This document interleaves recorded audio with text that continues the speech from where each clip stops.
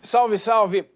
Eu já comecei a nossa conversa aqui outras vezes com uma pergunta. É sempre bom uma pergunta para instigar o nosso debate aqui com você, assinante querida. E a pergunta que eu queria fazer é o seguinte: tem um limite para que um governo, quando chega, legitimamente eleito, maioria dos votos, mudar as políticas públicas que foram definidas por um outro governo, que também foi eleito legitimamente, votação popular, maioria?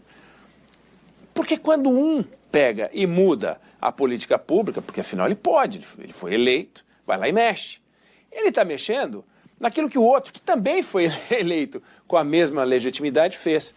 E digamos que então venha um terceiro governo e resolva fazer o mesmo.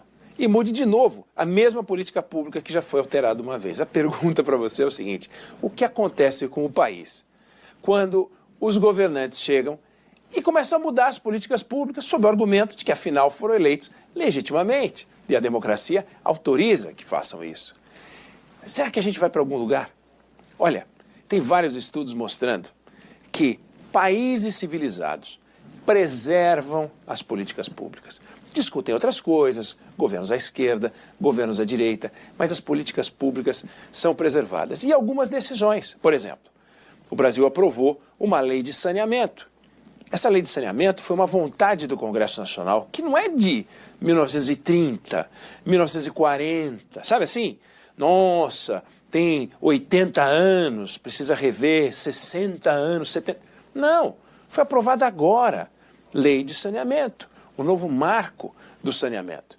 Pois o atual governo resolveu mexer no marco do saneamento. Resolveu dar uma canetada, porque quer proteger as empresas estatais, mas isso já foi resolvido agora. Por que vai mexer? Por que não passa para a próxima página? O governo anterior tinha definido colocar umas empresas na lista de privatização. Aí vem esse governo e tira as empresas da lista de privatização.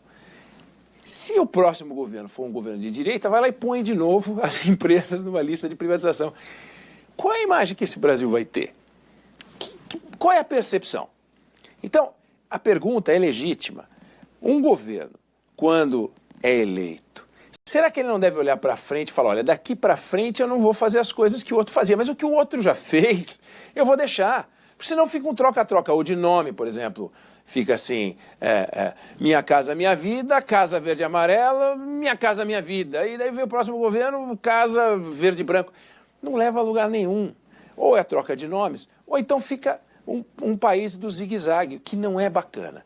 Então, vamos pensar se não é o caso dos governos olharem sempre para frente. Parece uma coisa meio poliana, meio infantil, mas me parece muito contraproducente um país que fica nesse zigue-zague.